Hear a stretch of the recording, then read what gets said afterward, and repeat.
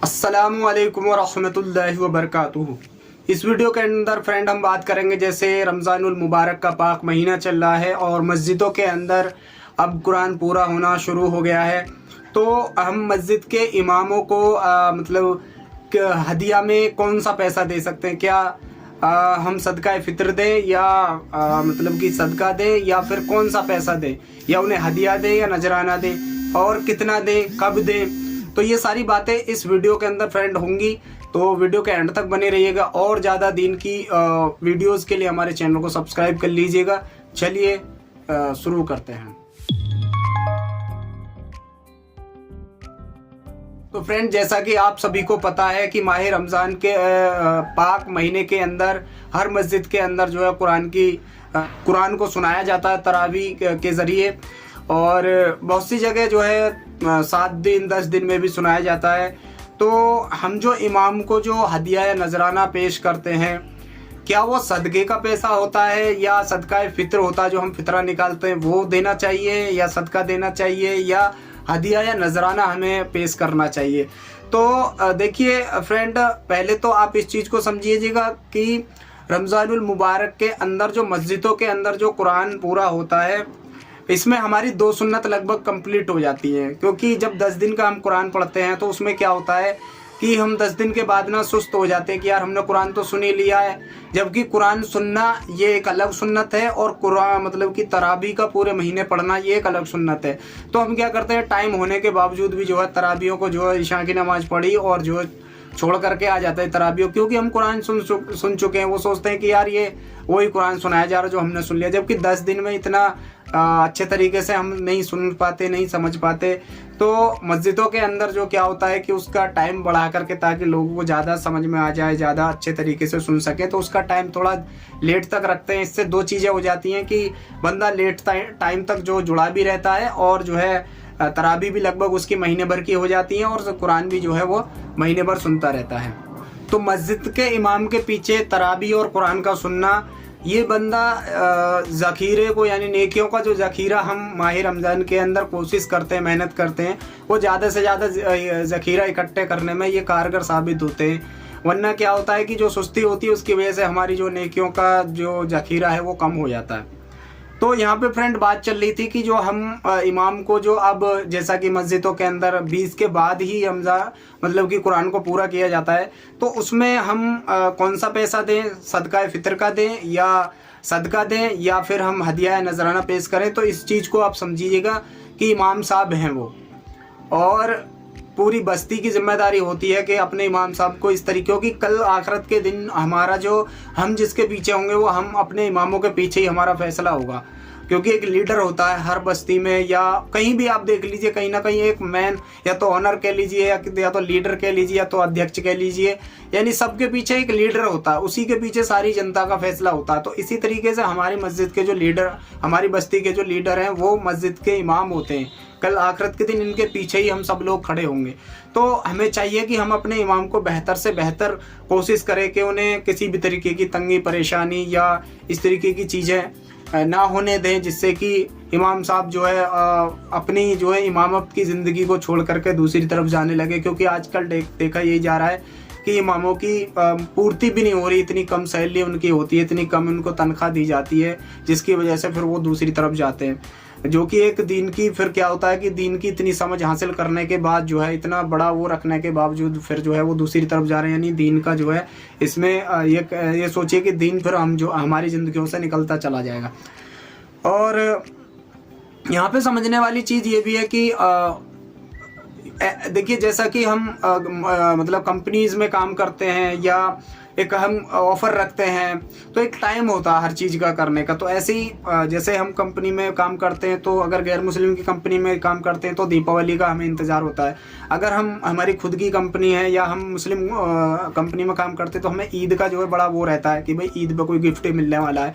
तो इसी तरीके से इमाम को भी जो है इस माह रमज़ान के अंदर, मुबारक महीने के अंदर जो है तरावी के बाद एक नज़राने का कि ये रहता, उम्मीद रहती है कि लोग ज़्यादा से ज़्यादा इसमें इमदाद करेंगे, क्योंकि यही एक मौका होता है।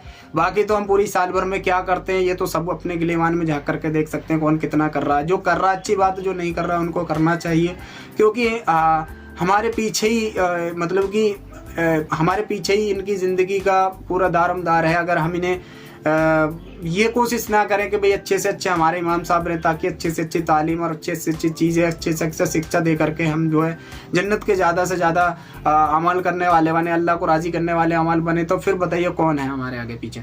तो इस चीज़ को समझिएगा। अब दूसरी चीज़ फ्रेंड यहाँ पे ये समझनी है कि एक एलानिया वो होता है नजराना या हदिया देना, एक होता है कि आप छिप करके दें। तो देखिए ये माह रमज़ान का तो एक अलग ही मैटर है। माह रमज़ान से अलग भी अगर आप कभी इमाम साहब के से कोई नजराना पेश करना चाहते हैं उनकी खिदमत में, या कोई हदिया देना चाहते हैं, तो आप सदका मतलब कि एलानिया या जो है मतलब कि बिना ऐलान करे भी जो है उनसे मुसाफा करते वक्त जो है मुसाफे में 200, 400, 500 जितनी आपकी हैसियत है, जो आप अपनी तरफ से बेहतर समझे, वो जो है इमाम साहब को देना चाहिए मुसाफा करते वक्त। और ये केवल माह रमज़ान के महीने में ही नहीं, उसके अलावा भी आपको करते रहना चाहिए। अब बात करते हैं माह रमज़ान की, क्योंकि ये आखिरी बात है।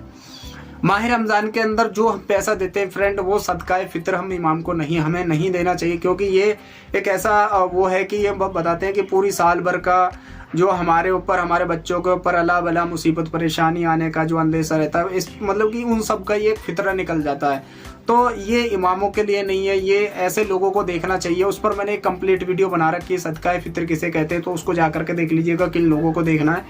तो अब जो है कि इमाम साहब को जो हम जो देते हैं वो एक हदिया या एक नजराना पेश करते हैं, यानी खुशी दिल से इजहार करते हैं कि इमाम साहब ने पूरे महीने, पूरी साल मेहनत की, एक माह रमज़ान का मुबारक महीना आया, इसमें देखिए अल्लाह की तरफ से क्या इनामत मिलने के 101 से 70 का 1 रुपये देंगे तो 70 गुना तक आपको मिलने वाला है। ये तो आपका दुनिया में मिलने वाला है। उसके बाद आखिरत में क्या मिलने वाला है, लामहदूद अल्लाह का वादा है कि पता नहीं क्या अजर अजीम का भी वादा हो सकता है। तो क्या मिलने वाला है, तो कम से कम हमें यकीन के साथ इतना तो करना चाहिए भाई, ज़्यादा से ज़्यादा जो है इस महीने में निकालें, ताकि इमाम भी हमारे हमसे खुश रहें और खुश दिली के साथ जो है हमारे बीच दीन की बातों को फैलाते रहे।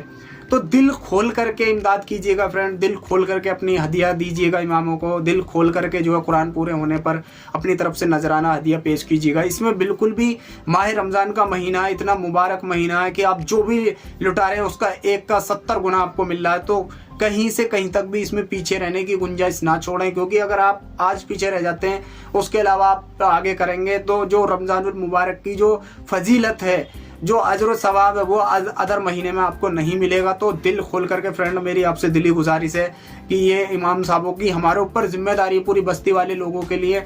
और एक चीज़ और फ्रेंड की मतलब हमारी जिम्मेदारी है कि इमाम साहब को दिल खोल करके इस महीने तो हम ज़्यादा से ज़्यादा करें, इसके अलावा जैसा बनता है वैसा करते रहें, ताकि जो है और भी देखिए इमाम साहब की और भी हमारी तरह बीवी बच्चे फैमिली होती है ज़रूरत। हम सोचिए कि हम इतना कमाते हैं, उसके बावजूद हमारी फैमिली इसके खर्चे पूरे नहीं हो पाते, तो उनकी भी ऐसी ही, और उनकी सैलरी तो लगी बंदी होती है, बहुत मिनिमम सी सैलरी होती है। तो कोशिश करना चाहिए कि इमाम भी हमसे जो इस तरीके से इस चीज़ों को लेकर के खुश रहें।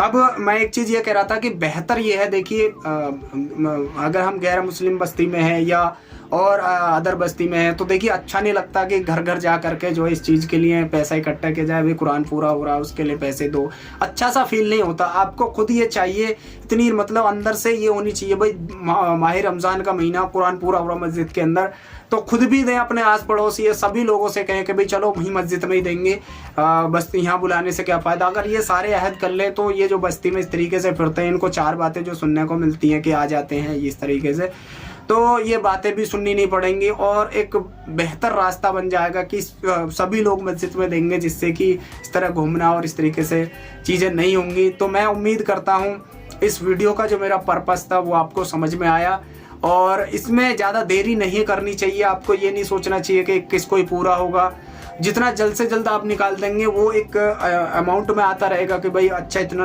नजराना पेश आ गया है, कि उम्मीद लगाते पूरी साल में कम से कम इतना तो पहुंच जाए कि जो है उनकी सैलरी लगभग दुगनी तिगनी हो जाए, कि यार 2-4 महीने तो उनका मतलब खुशी दिल से जो उनका खर्चा अच्छे से चल पाए।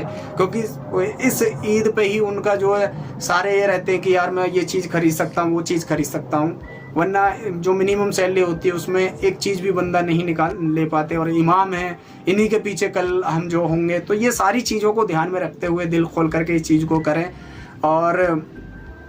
और इसमें शिरकत भी करें, दुआ होती है, और कोशिश ये करें कि भाई माह रमज़ान के अंदर ज़्यादा से ज़्यादा नेकी और सवाब का ज़ख़ीरा इकट्ठा करें। उम्मीद करता हूँ ये वीडियो आपको ज़रूर पसंद आई होगी, समझ में आई होगी।